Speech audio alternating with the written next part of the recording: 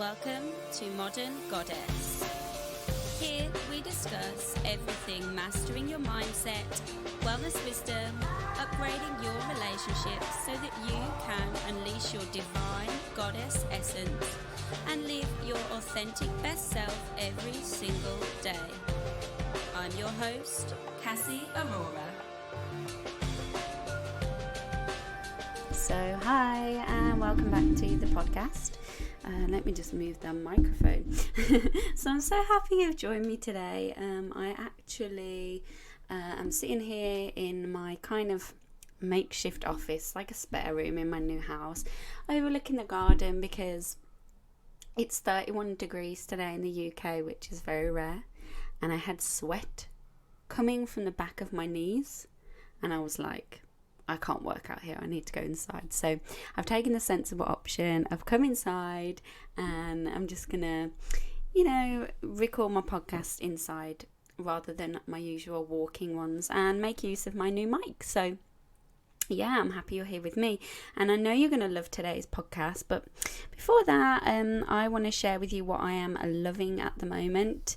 So some of you know I like to follow a non-toxic lifestyle as much as I can, just because I had a lot of hormonal challenges and I really want to make sure that I'm only putting the very best in my body. And I know that you will resonate with that because, if we can do anything to support our body and our liver health and reduce our toxic exposure in a world that's full of toxins, literally on everything, if we try where we can to reduce it, that can be very empowering.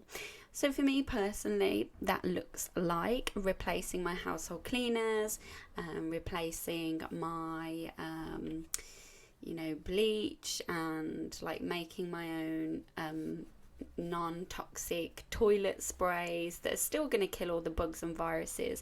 And what I love to do is just get spray bottles, and then I use my doTERRA essential oils to make up blends depending on what I'm doing. Sometimes I put in the doTERRA cleaner concentrate, and then I'll put a few drops of On Guard, Purify, Lemon, and use that. And I have different ones. So I have a kitchen surface one. Then I have a powerful toilet kind of bleach one I've made.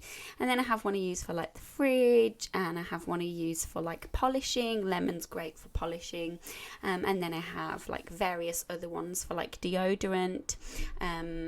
Dry shampoo is one I use. I actually use cocoa powder, arrowroot powder with some bergamot on my hair. My boyfriend always says how lovely my hair smells. I actually made a beautiful hair oil on a side note, which is a non-toxic one. So now that my hair's quite long, I like to keep the ends really have a light oil I use on the ends just where they get dry. And what I do is I buy a normal kind of argan oil, non-toxic kind of coconut oil blend or fractionated coconut oil, and put it in a sprayer, and then I add ylang-ylang, rosemary, lavender, what else do I pop in there? Sometimes I put a bit of I use rose water. Oh my god, my hair always smells super good. So that's it for you. I love to just get into my doTERRA essential oils now. You can't just buy these on the high street because they are therapeutic, and as you know, I also use them for all my medicines because they are powerful. So when I get if I ever get any period troubles where I get a bit of pain in my tummy, which is, I always get it on the first day. It's not unbearable, it's just a dull ache, and I don't know, it makes me feel strange. So I like to use peppermint or the deep blue rub. Oh my god, that's so nice on your shoulders on a hot day or if you're feeling tense. So I kind of use them all for different things. Copaiba, which is a CBD. I'm kind of, just one of these who just loves to try them all, and that is why I love them. And so I just want to share with you, that's what I love using for non-toxic. I know a lot of you have asked me, and so I do hold in my Empowered Empress community little calls where we talk about essential oils, and I'm always open to jumping on a call with you and just helping you to understand how they can be a really powerful addition in your life. So please do, if you're interested in essential oils, just get in contact and we can talk about it. In other news, I'm really excited because my Liberated Woman Inner Child Healing group coaching program kicks off in just 2 weeks. Enrollments have actually closed now. However, I'm jumping on an Instagram live with Christina Rice, and I have this feeling a lot of you are going to want to sign up after you've heard a lot more about this course. And so I am going to open up the enrollment just for 24 hours, so keep your eyes peeled. I don't want you to miss that, because I don't want you to miss this amazing opportunity to dive deep into healing, because let's face it, we all deserve to feel better, and our trauma, if we just leave it unchecked, it just drives our subconscious beliefs and behaviours, and before we know it, our bank balance is trash. We're following a life that feels like it's not even the one we wanted. We can end up just generally feeling sick. We can have chronic illness. So many things are really on a deeper level underpinned by a lack of coherence in the body. Think about it like energetically. If a body is coherent and in harmony, it functions well.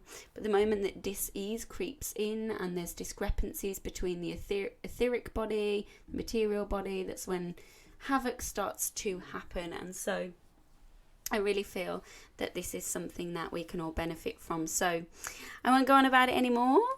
I will get into today's show, which I think you're going to love. Now, a lot of you know I am training as a nutritional therapy practitioner and a holistic integrative psychotherapist. So I'm studying deep, along with my own personal occult studies, which I have, my own private kind of books that I read, and I'm always studying my astrology. So I'm like a magnet and a sponge, but what I do love is to get a guest in that's like further on than me, or just speaks the same language. And I really enjoyed the conversation with Dana. I think it's important to get all perspectives. I like to get people on here. Like, I don't agree with everything everyone says that comes on the show ever. But it doesn't mean I don't value what they say. Like, sometimes I'm like, you know what, that wasn't true for me, or I'm not sure if I can agree with that wholeheartedly. But with Dana, what she talks about is so true, and I really do enjoy a lot of what she says. She's so powerful. I binge her podcast. I really recommend getting into it. She is a dietitian-nutritionist and body image coach, and she teaches women how to heal their relationship with food and their bodies and break the diet cycle for good. So similar to me, but she has got a wealth of experience. She's the creator of the Real Food with Dana. And she's the host of Popular Real Talk with Dana podcast. And she and her guest, I love them, and they're always breaking down no BS nutrition science, body image, and health inclusivity, and how you can reclaim your power really in a world and a sea of just madness. So this is why I love Dana. I actually found her first on Christina's podcast, and immediately I like how sure she is of things, and I like how she's just confident. Like, I really admire that about her, because it shows that she is secure in her knowledge and she knows that she can help people. I also really love how she is not afraid to really boldly call out BS where relevant, because that shows that she is passionate about helping people to find their healthy. And I just think it's, in a sea of bullshit, she's great to have around and a great voice to tune into. So I recommend her to you. And I love, by the way, her Instagram. She just posts really interesting questions that I know you'll enjoy. So make sure you give her a follow. Make sure you check out everything she offers, her new course as well, the body image audit. And I really cannot wait for you to let me know what you think of the show. So make sure that you take a picture of the show, screenshot, put it on your story, tag me, tell me where you're listening. And I really do wish you the absolute best weekend, whatever you're doing, and I hope you enjoy the show. So Dana, you're here. we're just gonna go with the flow. So thank you for coming on. Yeah, thank you so much for having me. Yeah, I'm buzzed. So do you want to share with my listeners a bit about you, who you are, what you do, because they may or may not know you? Yeah, sure. So my name's Dana Monsees. I'm a dietitian, nutritionist, and a body image coach. I guess I'm also what they would call a non-diet nutritionist or an anti-diet nutritionist, right? But so kind of what I do is blending the clinical nutrition, evidence-based approach with a body liberation, body neutral fat acceptance approach with health at every size. So it's clinical nutrition for everyone of all body sizes. And I'm never going to put you on an extremely strict elimination protocol with promising that it's going to fix all of your problems because it never does. Unless you have a peanut allergy, in which case, please don't eat peanuts. Or if you have celiac disease, in which case, please don't eat any form of gluten because they're literally toxic to your body, right? But I mean, I like the the approach of food as medicine is kind of how I got started and got into this field. But what I had found as I got deeper and deeper into this field is that food as medicine can become very orthorexic and disordered, which is unfortunately what a lot of people are using it for now, as we can see with all these different kinds of elimination diets that have become like a dogma or like a religion. It's like, and people are using elimination diets like allopathic medicine uses medicine. Yeah. And it's like, oh, you have thyroid issues, here's this diet. You have adrenal issues, here's this diet. You have fibromyalgia, here's this diet. And then people feel like if they do those protocols and they don't get better, then it's their own fault, when really it's so much more complicated than food. And it's really minimizing to say, oh, you can fix everything with food, because if that was the case, no one would be sick, right? Like if that was the case, you would do a diet and you would never be sick again. But it really discounts any genetic predispositions we have, autoimmune disease, trauma, like anything that we have going on in the body. And food can be really powerful, but it can also be powerful in the sense that you can take it way too far and then it can become its own problem, which is kind of what I specialize in, getting people out of that and getting well from a clinical standpoint at the same time. I love that. And it's so true. Like something you said really resonate. Well, there's a lot obviously resonates for me, but something, I did loads of holistic work, obviously overcome my eating disorder, but didn't look at my diet because I was so fucking done with like I was keto like 12 years ago. That's how like eating disorder I was. But like something so interesting is we really get caught up, like for example, I got diagnosed with adrenal fatigue and Hashimoto's and some toxicities and just a few things like, and I was like, okay. But then when I googled it, right, Google's the worst, but like I was like, let me just get some general guidance aside from my NTP before I had my appointment. And I was like, right, this person is telling me to go low carb. That's the fucking shit that got me in this mess. And then this person is telling me to eat loads of carbs. And then this person is saying to go AIP. This person is telling me to go carnivore. I'm like, this is dangerous. Like, can you talk more to about like, because I know you had adrenal fatigue in your story and how it's like you were like crossfitting like a champ, but like how it's definitely an integrative approach and change is a process, not an event, and it's not one factor and you cannot homogenize the healing process. Do you want to like talk about your journey and how it looked for you and the pitfalls? And I'd be interested to hear that, your perspective. Yeah, sure. So, I mean, I can go way back, but we'll Let's go. go. So, starting with like the clinical issues. So, when I was in college, and I'm sure a lot of your listeners and people who go to NDPs and nutritionists and dietitians, functional medicine as an umbrella, right? Like we've all kind of had a similar journey. It's like we started to have all these health issues, and then you go to all these doctors and nobody can figure out what's wrong with you, and they slap some pills on you and you still don't feel better, and then you end up getting sicker, and like that whole thing happened. Little did I know until later that one of the reasons that I continued to get sicker was because I had an eating disorder on top of it. And we know now, or like clinicians that work with eating disorders from both a body image standpoint and then also the clinical standpoint, there's a lot of different clinical manifestations of eating disorders. And one of the main things that can happen out of that is a lot of gut issues. And so I had a lot of those. And then when you put the stress and the trauma of having an eating disorder on all of the other stresses that can give people adrenal fatigue, it's a really fucked up situation. And until me, I didn't know anyone who was a specialist in that, right? And obviously, I couldn't just help myself alone.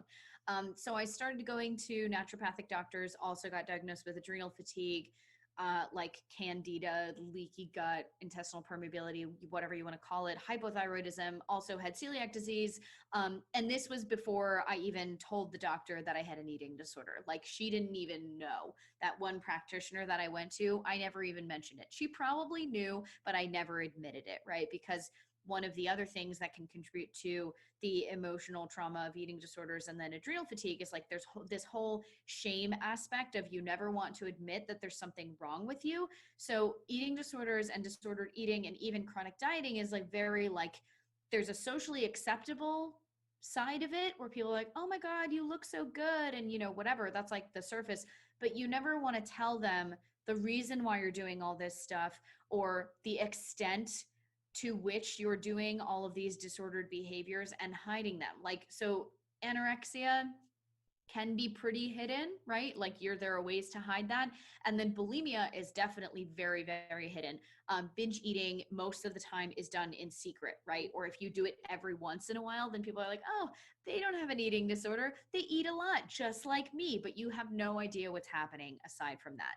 But so kind of all of these things came together and I started to have all of these crazy symptoms. And then eventually, so I used to work in politics in Washington, D.C. That's a toxic environment in itself, right? Like Yeah. just really thankful that I don't work in that anymore. Or I haven't been there in the past, 7 years. But it got to the point where I had gotten so sick with some kind of like freak virus or parasite or something that I actually had to quit my job, move back in with my parents, and take like 6 months off of like life, basically.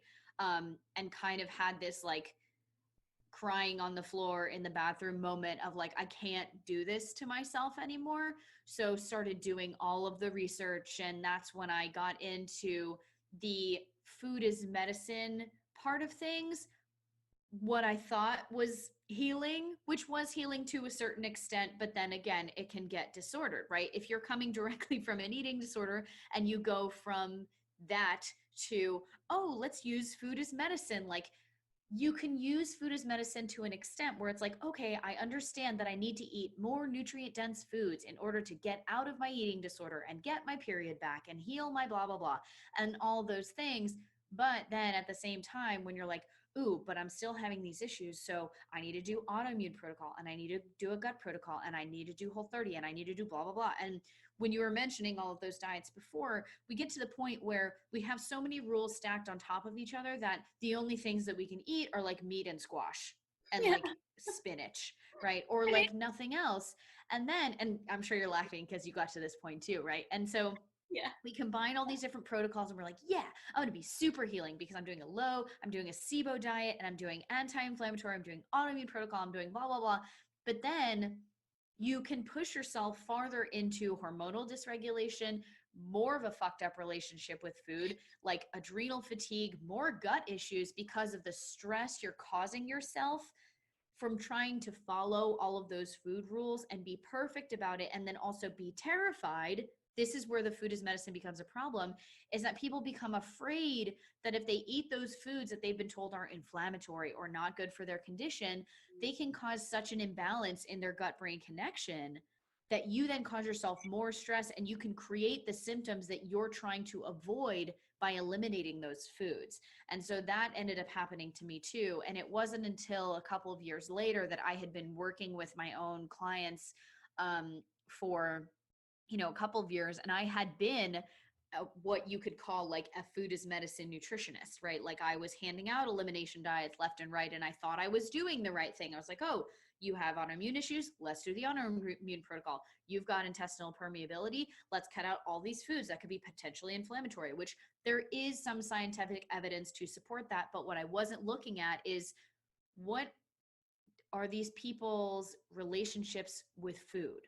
Because if people are coming to you and they have a messed up relationship with food and they have these clinical issues, you can't fix either of those things by just doing an elimination diet. You're just making the problem worse. They might have a little bit less inflammation from not eating dairy or not eating nightshades or something like that, but you're also instilling more of these good versus bad foods, these yes no foods, all these different lists that then people are going to struggle with for years afterwards and think even after they've healed, if they've healed, they shouldn't ever be eating those foods. And so what I didn't realize is that I was most likely making that problem worse. So I had to have like a major shift in my business as I was like slowly transitioning more into doing more of like body positivity and then body acceptance and body neutrality and bringing more neutrality around foods and talking more about like the dark side of food as medicine. I then had to make a complete break and be like, look, elimination diets, most of the time, at least from what I've seen, are causing more harm than good. So I'm not going to be recommending anyone ever do anything like a Whole30 or, any of these other things unless you're working with probably a therapist and then also someone who is working with you on your body image and why you have all these issues with food in the first place. Because again, even if you've got autoimmune thyroid issues, if you also have a history of an eating disorder, I'm not going to give you an autoimmune protocol off the bat because it's going to make you worse. Mm-hmm. Mm-hmm. I totally love everything you're saying. It's true. Like, I mean, I think about the amount of people that, make decisions around food literally now based on fear. And it doesn't matter if it's fear of what will that food do because it's coming from a low carb perspective or from a gym bunny perspective. And I'm generalizing here, but we need to generalize just for the sake of, and like the thing is, you hit the nail on the head when you're like relationship about it. But in my mind, it's like it's the intention, because like I'll take it back to when my NTP, I have an amazing NTP, but I went to that with 4 years of deep, integrative, holistic psychotherapy. And my autoimmune is from adverse childhood experiences, hands down. And she said, based on my labs, like, how are you functioning? I'm like, what do you mean? I have no flare ups in my digestion. Like, I had a rash and I had like my Hashimoto's, I was cold. I felt not okay. And my periods were a bit off. And she was like, but how are you actually functioning? These are like the worst labs I've seen. But I felt great. And she was like, it's because you've done all that emotional work. Like, she's like, you must have been really bad before. And I was like, well, yeah. And I think it is, what's the intention? And I think, there's a big trauma piece, but there's a big emotional factor. And I don't think it's as isolated as like definitely AIP. I think it makes you miserable because you're constantly like thinking, oh, fuck, I can't eat this, that, the other. You have no social joy.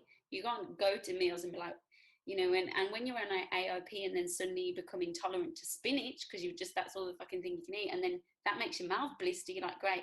Now I'm down to coconut oil and walnuts. Bon appetit. No one's going to heal on that. Like, what the hell? So, Yeah, it's tough. yeah.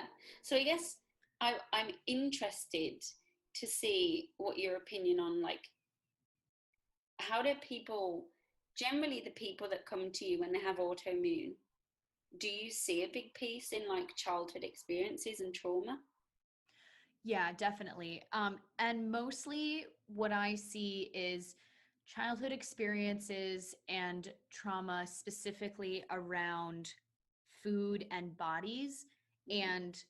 and or um, there was a trauma in their childhood that led them to use food and exercise as a coping mechanism to get some aspect of control in their lives, depending on like what the trauma was. If they lived in like a single parent household or their parents just weren't around, or whatever, like obviously there are many different levels of trauma, right? But so depending on like what the trauma was, there are different kinds of coping mechanisms that people will generally go to.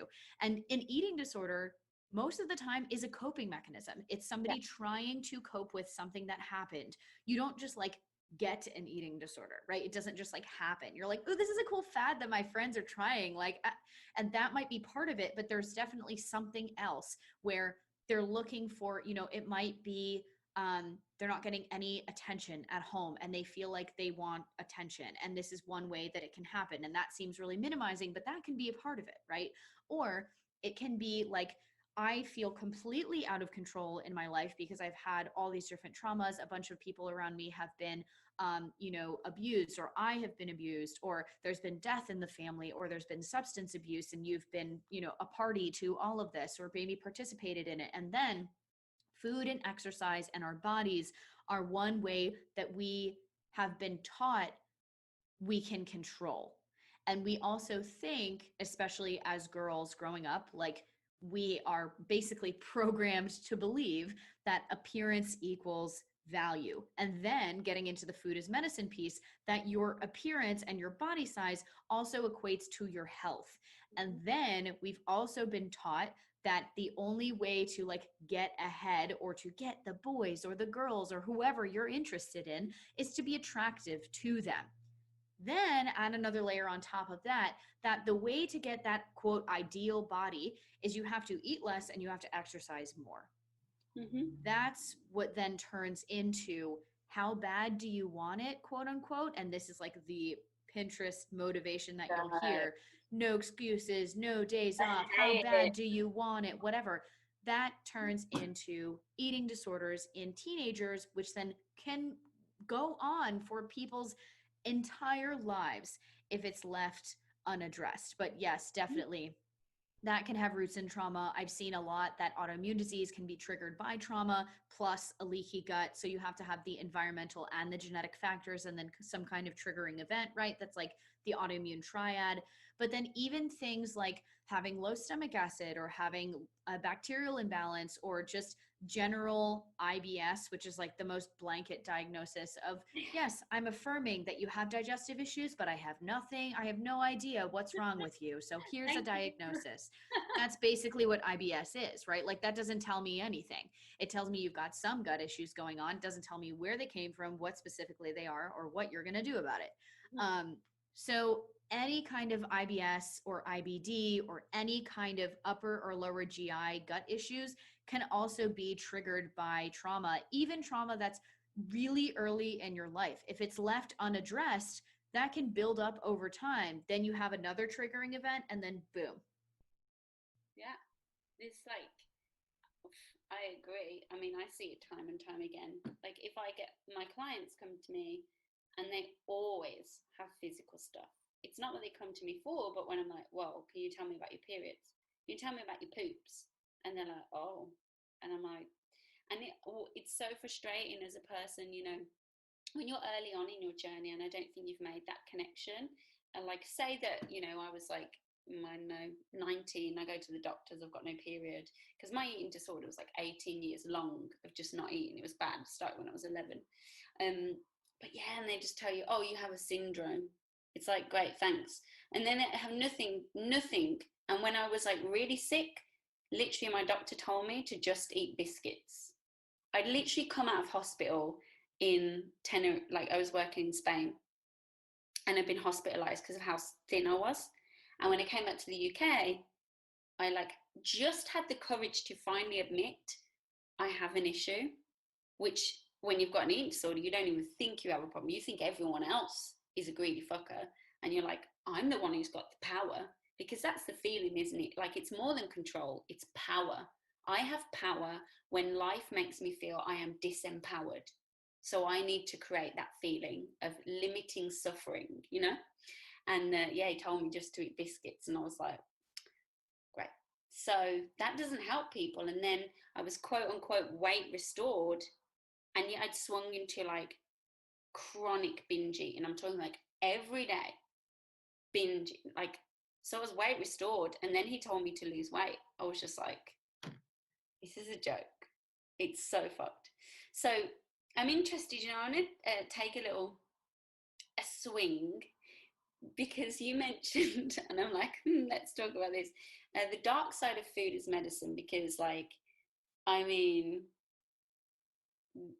I think science has like completely lost its meaning. Like everyone's just putting their opinions on science now, and we just take in some one thing that fits what we want to hear. I'm like, yes, this is it.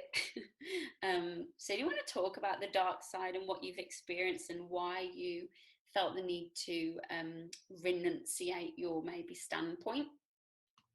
Yeah, definitely. So, going back to my journey, right? So, like, in general, people start out pursuing the food as medicine, like, trope with, I would say, the best of intentions. They're like, oh my gosh, conventional Western medicine has failed me. And so I want to look into other things. So, naturally, like, obviously, right? And so, and of course you hear everything about all of the newest superfoods and blah blah blah, and like coconut oil. One day it's coconut oil will cure everything, and then the other side is like coconut oil is gonna kill you, and it's like, oh my god, like, how do I even, you know? So a lot of the time these elimination diets are designed therapeutically. So when you go back to like the roots of a lot of these protocols, the ketogenic diet was created to help kids with autism or epilepsy. Mm-hmm. So like mental health problems like in the brain, right? And so when we're looking at, the body typically burns glucose for fuel, right, which is carbohydrates broken down. And then when you switch over to burning ketones for fuel, it creates kind of this, like, in these kids, right, it can create a clearer mind. They can focus better. They have less seizures, like they're more stable. Great. Now, look at all of the people that you know who are adults that have done keto. Clearly, it's not who this was designed for. And that's not to say that, you can't ever use something for a different purpose than it was designed for, right? But it's like, look at the extent to which people are using it. It gets to the point where people are like, oh, one time I had a low body temperature and I was constipated. So people assume that they're hypothyroid without having any labs or anything. And they're like, okay, now I'm going to do a thyroid protocol because they're looking for the next diet, because they're looking for results, and how they design or they picture results is always, always, always, always weight loss. They're like, oh, well, it's not working.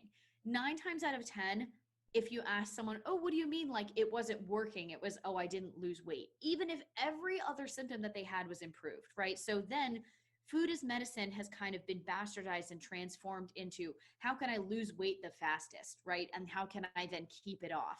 Instead of using specific targeted nutrients in foods to help with certain health conditions, which can be very helpful. Let me be clear, right? Like, there are things like, Dr. Terry Walls designed the Walls protocol for multiple sclerosis. So super, super helpful. Also, really hard to stick to. Yeah. Like, I forget the exact numbers, but it's something like you want to be eating more than 10 to 12 like big servings of vegetables, and then some fruits a day, and then all these other parameters and stuff. However, if you have MS and it's very advanced to the point where it's extremely degenerative, that might be the best example of food as medicine, right?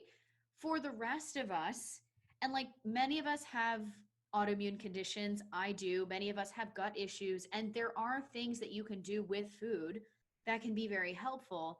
But when we take this all or nothing, black and white approach to food, and then we stamp morality on top of it, Yeah. It then gets to the point where it's like, oh, food is medicine. So if you don't use food, then it's your own fault that you have an autoimmune disease. It's your own fault that you're sick. It's your own fault that you got diabetes. It's your own fault that blah, blah, blah.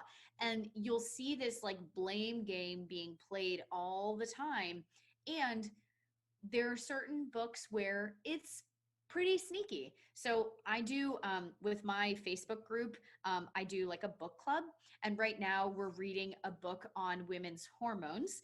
And there's some dietary protocols in there. And the unfortunate thing is well, I guess fortunate and unfortunate is there's some great hormone information in there. When you get to okay, now I have these hormone issues, what should I do about it? It's so dogmatic that this woman talks about every meal, every day, you have to follow my protocol. And what she doesn't say, but what I hear in my head is, so if you don't, it's your own fault that you Yeah. still have PMS or PMDD or fibroids or endometriosis, chronic fatigue, any of these things, right? And then you look at their food as medicine approach and they're like, okay, do my 4-day reset to like cleanse your liver and reset your hormones and whatever. And my business partner Christina and I went through and we did the nutritional calculations for that. It was, I'm not kidding you, 600 calories a day.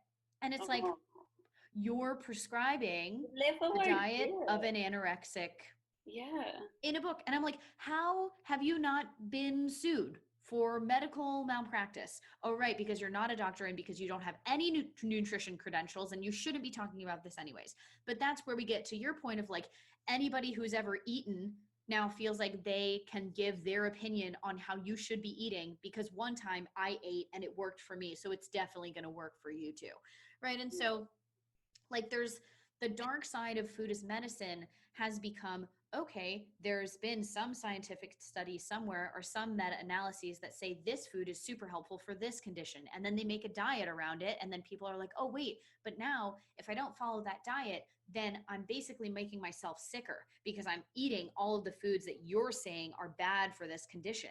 And then what if they have an autoimmune disease on top of that? What if they have an eating disorder on top of that? What if they're in a socioeconomic status that they can't afford to eat all of these bougie ass foods that you're now prescribing for them, right? Food is medicine.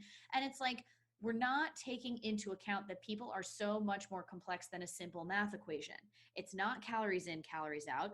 It's not eat coconut oil, and it's not like eat coconut oil or flaxseed or goddamn goji berries and they're going to fix all of your freaking problems, right? And minimizing people to food equals medicine only without any of the other considerations of thinking about what about their health history? What about their medical history? What about the other medications that they're taking?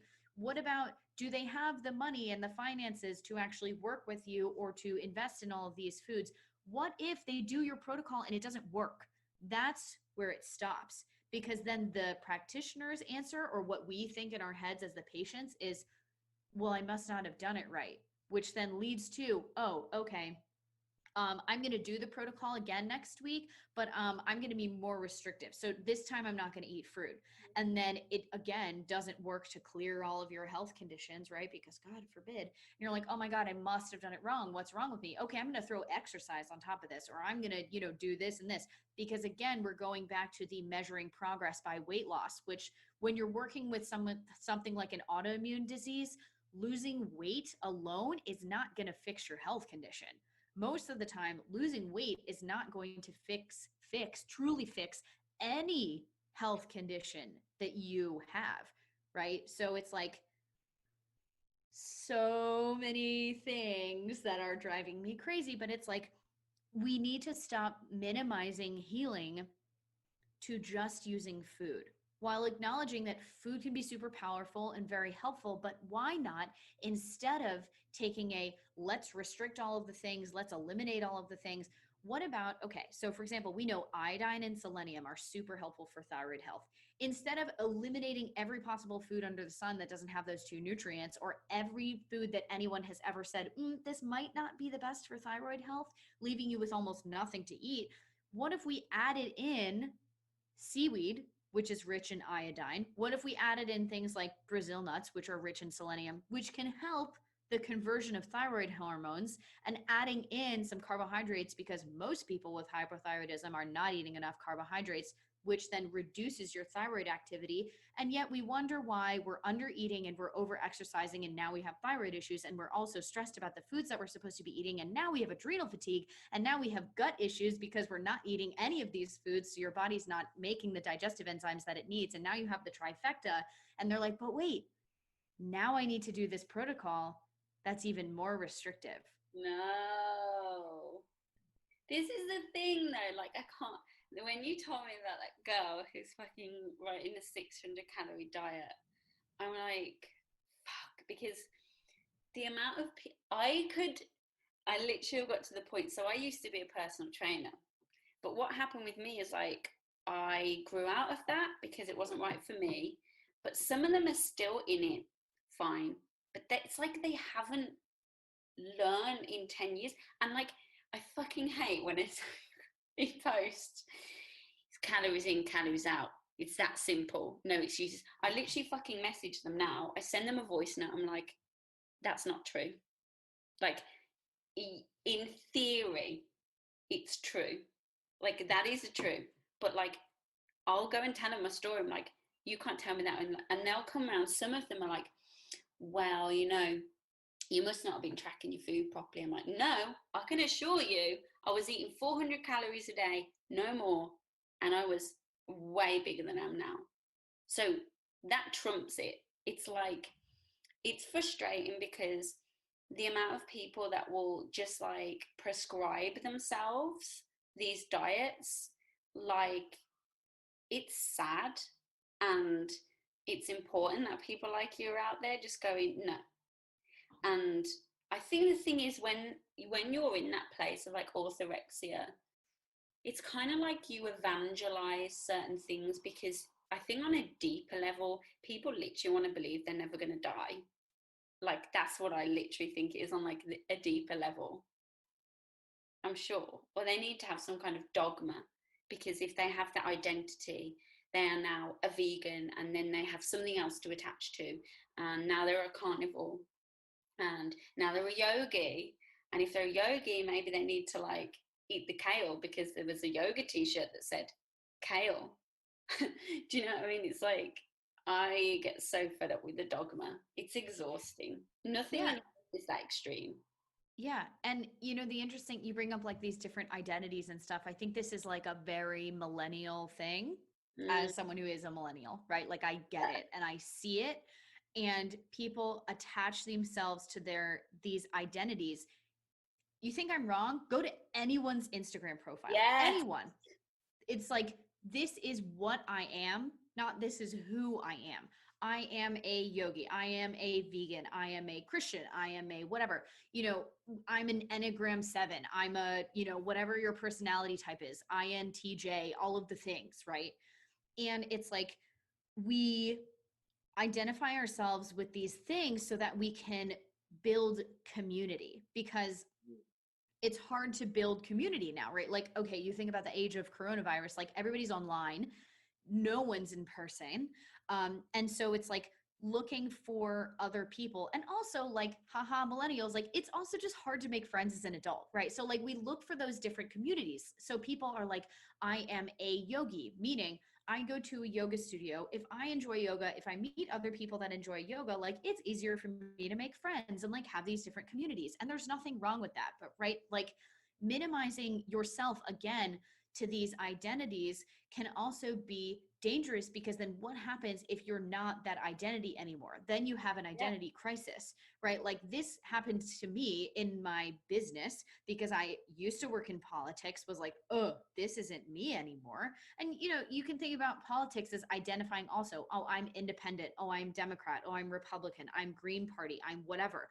There's a built-in community in all of those identities, right? With people that you assume have at least some of the same beliefs and values that you do, which is the exact same thing that happens with diets, especially when we go into like the food as medicine. And then if you go into the like ethical side of things, like if you're a vegan or if you're a vegetarian and you advocate for like against the cruelty of animals, or if you don't eat animals for religious reasons or whatever, like it's easy to find a built-in community in there of people that share those beliefs. But it can also become very extreme, to the point where food and food identities, whether it's paleo, keto, carnivore, vegan, whatever, all of the things, fruitarian, have become like religious, to the point where if you, being the global you, if anyone says anything about any of those things, that community comes for you. And I experienced this firsthand,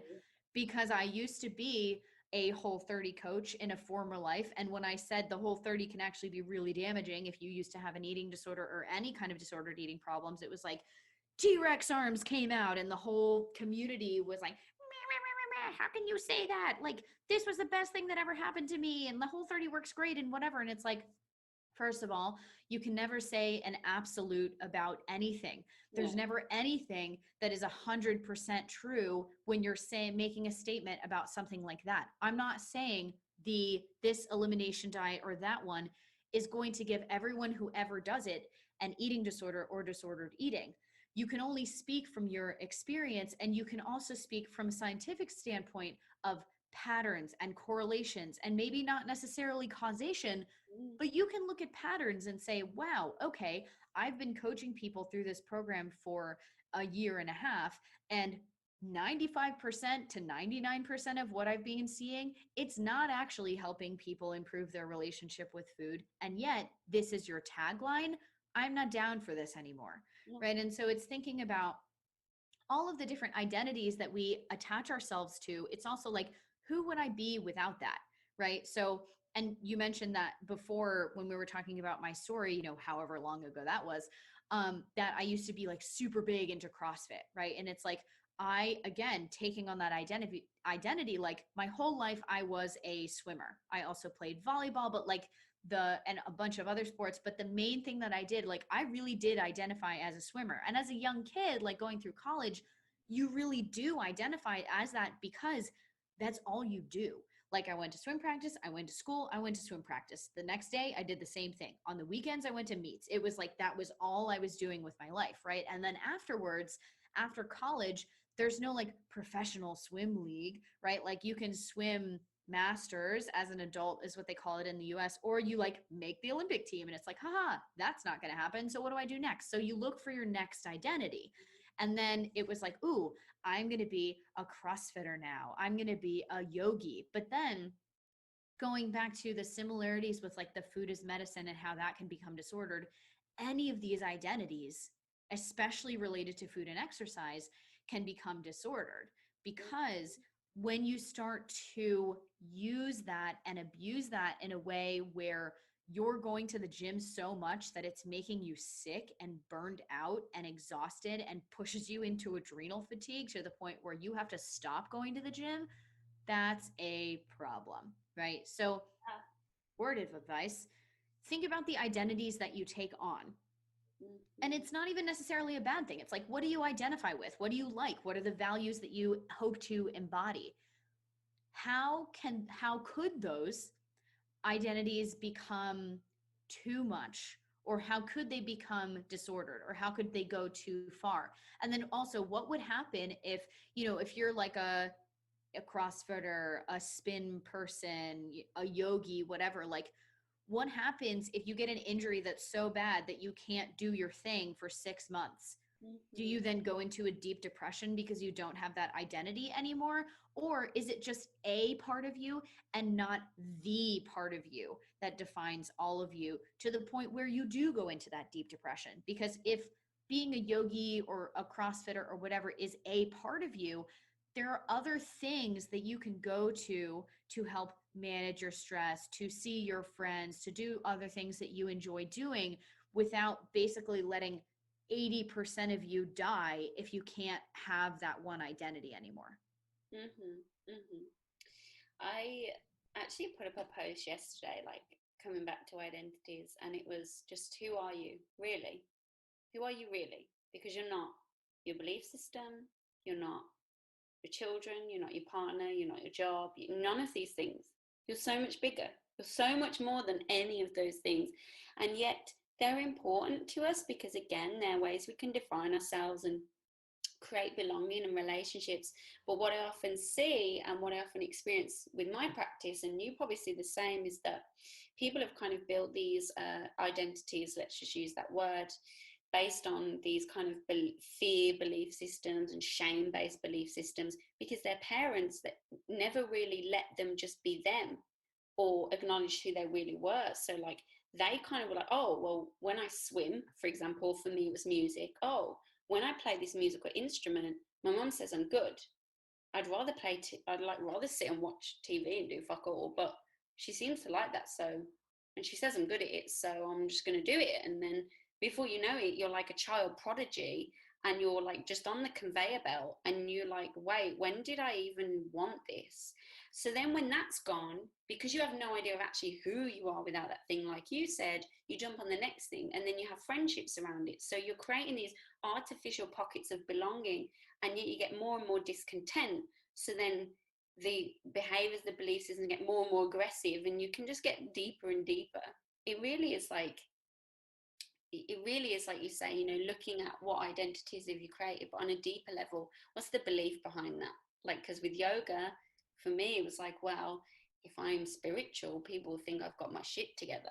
And the truth is, I hadn't got my shit together, you know, and it's interesting. And it's funny that you say those beliefs, like when those communities have come after you, that's the point when it's turned into a religious system. Like, tell me veganism's not religious in 99% of the cases, because the way they went after me when I had to eat meat again, right? I'm telling you, like, they were telling me basically I was going to go to hell, or they were going to come and kill me. Like, sound like anything else? Like, it's like freaking crazy fundamentalist religion. It's just not. It's sad, and I I do worry a little bit about it, a little bit in the terms of like how much the media is just screws us. But then on the same token, there's people like you and that body positivity movement, and I think they're critical now. I think the pendulum swing has to go in the other extreme, because we're just not gonna find balance otherwise. And you know, nature is not an extreme. If we look at nature, it's full of variance, and you know, it's like no one diet is the answer. It can't be. Nature doesn't work like that, you know. Yeah. um so I guess I'm curious, you know, because I know we're coming towards the end. I have a few interesting questions I like to ask. I'm ready. Fire away. Well, I love this one because I'm super freaking nosy. What's your morning routine? I love this. So it's very different right now than it normally is, but I'll give you my normal one and then I'll give you my current one. So my normal morning routine is I wake up and I take my dog for a walk, and then I will feed her and meditate for like 5 to 10 minutes, and then maybe do some stretching depending on how creaky I feel. And then I sit down and eat breakfast and usually just like read non-work related books. Um, I'm a big reader. I love sci-fi and fantasy and historical fiction. Really? And so, yeah, I read a lot. And it's funny, like I can tell when I'm really stressed out, the types of books that I deviate to can really tell me a lot about how I'm feeling. Like, so right now in the time of coronavirus, I've been reading and rereading a lot of Harry Potter, which is typically what I Yeah. go to when I'm really, really stressed out. Have you been to Harry Potter World? Yes, I have. Do you have it over there then? Yeah, so we have it in there's one in Florida. I think there might in Universal Studios. I think Ah, there might also be one in California. Um, but I've been to the one in Florida. Um, oh, I bet you were buzzing. yeah. I used to play in like music competitions at Emma Watson's school, and I used to see her. Oh, cool. Yeah, down in Oxford. She went to this really posh boarding school, and we have like loads of sites like here in the UK. So you know, the in the second film, and there's the snake in the cave. I can't remember. Chamber of Secrets, is that one? Yeah, that's Wookie Hole, and it's like a place down near me. Oh, that's so cool. I Yeah, love that. how cool! I love Yeah. that. So, what's your favorite breakfast? Let's see. My favorite breakfast recently, um, I'm really weird, and there people are gonna be like, oh my God, you're such a nutritionist. But I'm really not, I don't love having like a sweet breakfast in the morning. Like I much prefer to have a savory breakfast and then like have sweets like for snacks or like for dessert or whatever. So I really like doing arugula with some eggs, and then like some, I love chicken apple sausage right now. And then I'll do some kind of like homemade pickles or like sauerkraut. And then either I'll have like some toast on the side or I'll put like avocado in there or something. And it's just like, oh my God, it sounds so good. I look forward to it every morning. It sounds amazing. Oh, awesome. What are you? I'm curious. Do you know what your star sign is? I'm an astrologer, right? So obviously, I don't go into the dogma of the labels. I'm Okay. evolutionary, but I'm curious. Are you like Capricorn, Virgo, Aries, and anywhere in there? So I'm right on the cusp of Aries and Taurus. Yeah, you look Aries, but you speak very Capricorn. And you must have some Virgo, your bookworm in there. There's got to be some in there. I would love to see your chart. So intelligent. Um, and the other thing, my other question is, what is one book you would put in the school, high school, every high school of the country? Couldn't get my words out. Ooh, that's a really good question. Um, God, I read so much. Um, I It's a feel like it would have to be, well, okay, with everything that's been going on in the US right now, um, I think it would have to be like a rewriting of our US history textbooks. um, oh yeah, yeah. to give more real information about slavery and the civil rights movement. Because they always say like history is written by the victors, right? But so history is also written by the people in power, and in the US for the past, however many 100 years, that's been the white male straight patriarchy. And so it's thinking about certain things about, well, I think right now, probably the best thing that we could add to the curriculum would be How to Be an Anti-Racist by Ibram X. Kendi, right? But even just, going way back to the beginning of this country, giving a more accurate representation of what actually happened, not just for white people, and not just for white males, right? But for all people.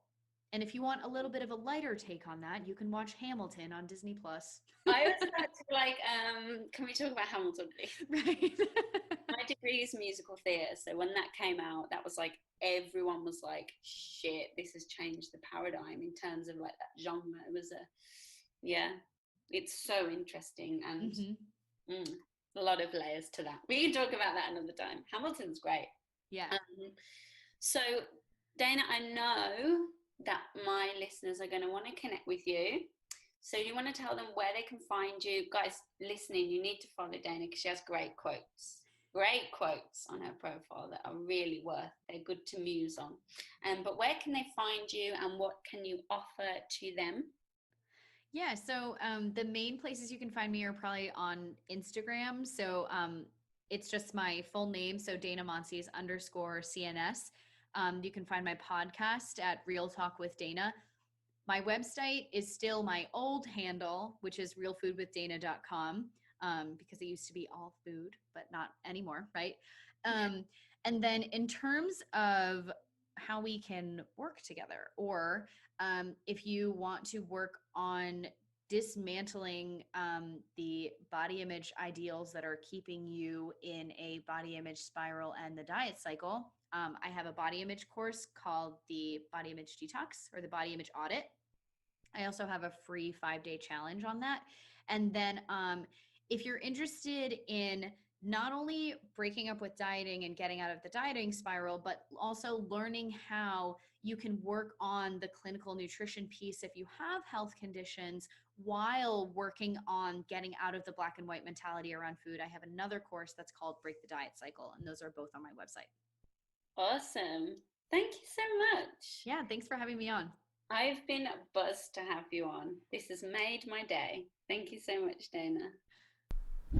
So thanks so much for tuning into the podcast once again, and make sure you let me know what you think. Please leave a 5-star rating and review on iTunes because that helps more people find this show, and that's what we want: more conscious, happy, liberated, modern goddesses. So have a great week and I'll see you soon.